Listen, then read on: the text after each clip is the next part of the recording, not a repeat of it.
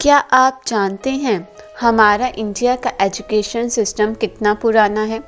अगर देखा जाए तो एजुकेशन तो पुरातन काल से चल रही है, लेकिन पुरातन काल की शिक्षा और अब की शिक्षा में बहुत फ़र्क है। पुराने समय में गुरुकुल होते थे, बच्चों को वहाँ पढ़ने भेजा जाता था।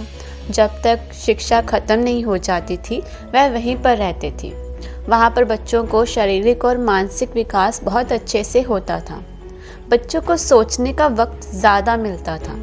पुरातन शिक्षा आज की शिक्षा से बहुत अलग थी। उन्हें एक प्रश्न दे दिया जाता था और उसका उत्तर खुद ढूंढने को कहा जाता था, और जिसका सही उत्तर होता था उसे अच्छे अंक प्राप्त होते थे। बच्चे अपना दिमाग खुद इस्तेमाल करते थे। लेकिन आज की शिक्षा में प्रश्न भी दिया जाता है और उत्तर भी साथ में दिया जाता है। आपको बस रटना है और 3 घंटे में जवाब देना है। इसमें आपकी स्किल्स नहीं, आपकी याद शक्ति चेक की जाती है कि आप आंसर कितनी देर तक याद रख सकते हैं। आज का एजुकेशन सिस्टम पुरातन एजुकेशन सिस्टम से बहुत अलग हो गया है। ये एजुकेशन सिस्टम बनाया किसने?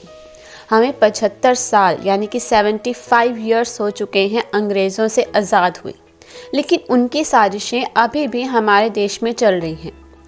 ये एजुकेशन सिस्टम जो 1834 में बना था अभी भी वैसे ही चल रहा है।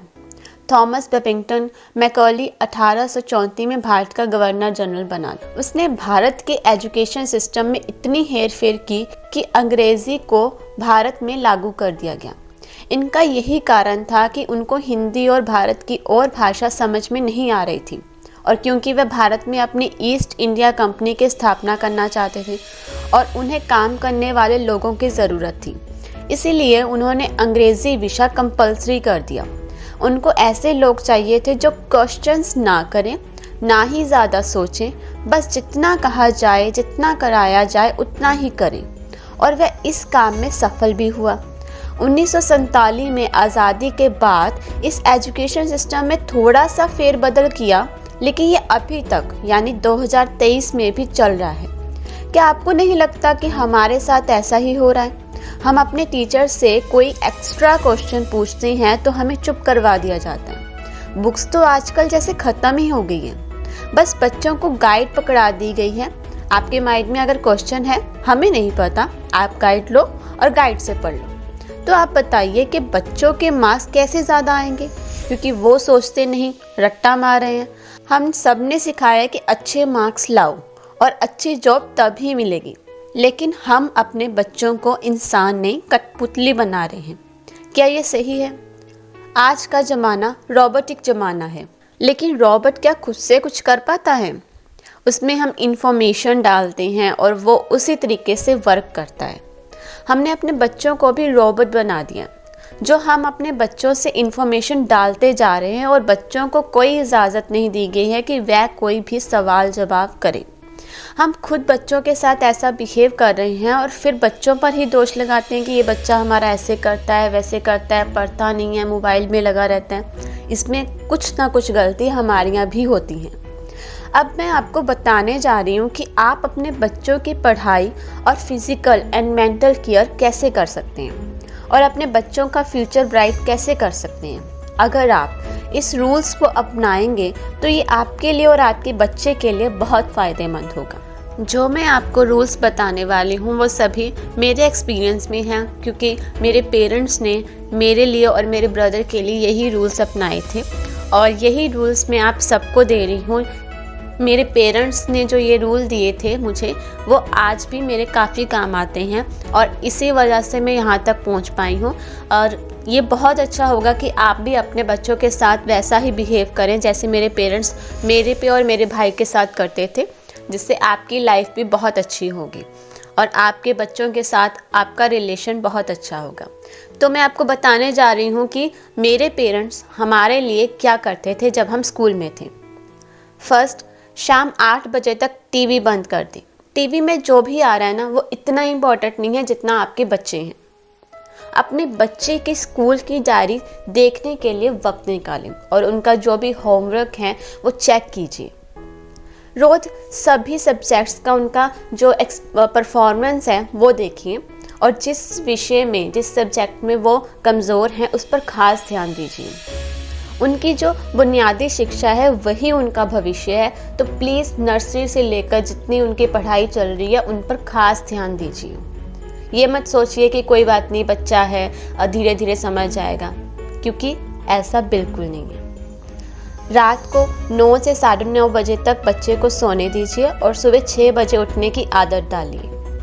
अगर आप किसी पार्टी या सामाजिक आयोजन में जाते हो और बच्चों के साथ देर तक लौटते हो तो अगले दिन बच्चे को आराम करने दीजिए या फिर स्कूल मत भेजिए। अगर आप चाहते हो कि बच्चा अगले दिन स्कूल जाए तो रात 10 बजे तक घर लौट आएं।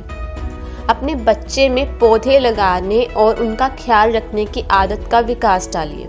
खास तौर पर उनके जन्मदिन पर उन्हें पौधा लगाने के लिए कहिए। हर साल गर्मी की छुट्टियों में अपने बजट के अनुसार कहीं भी घूमने जाइए। इससे वे अलग लोगों के साथ और अलग जगह पर रहना सीखते हैं। उसे सिखाइए कि प्लास्टिक का उपयोग नहीं करना चाहिए। हर रविवार कोशिश कीजिए कि खाने की कोई ऐसी चीज़ बनाएं जो उन्हें पसंद है और उन्हें इसमें अपनी मदद करने के लिए कहिए, उन्हें अच्छा लगेगा।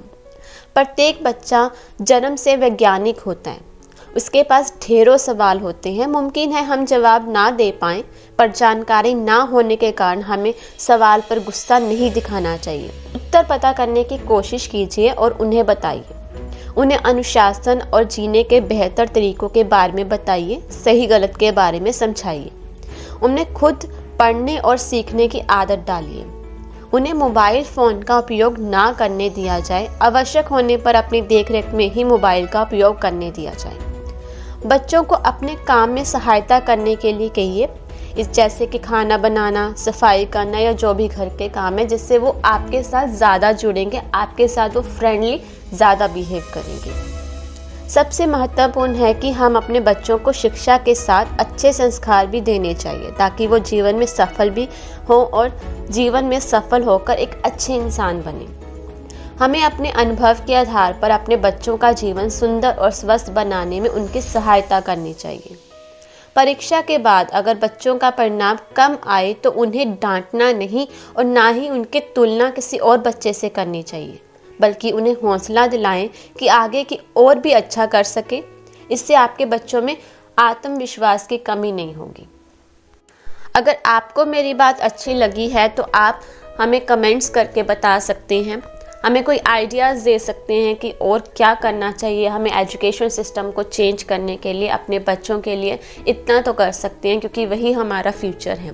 हमारे कुछ फ्रेंड्स हैं, जैसे कि एक नानू शर्मा है जो अपना एक फोटोस्टेट, शर्मा फोटोस्टेट है, हमारे शहर में ही चला रहे हैं। उनका भी यही मानना था कि एजुकेशन सिस्टम चेंज होना चाहिए। जैसे कि जो हमारी स्टडी चल रही है उसके साथ साथ कुछ ऐसे स्किल्स भी बच्चों को सिखाने चाहिए जो उनके फ्यूचर में काम आ सके। जैसे कि उन्होंने बताया था कि पढ़ाई के साथ साथ जैसे बच्चों को प्रैक्टिकल सेशन जो है वो होने चाहिए। जैसे फर्नीचर्स कैसे बनाते हैं, साइंस जो इन्वेंशन है वो कैसे हो रही है, उसका प्रैक्टिकल हमें दिखाना चाहिए, जिससे बच्चों का माइंड डेवलप होता है।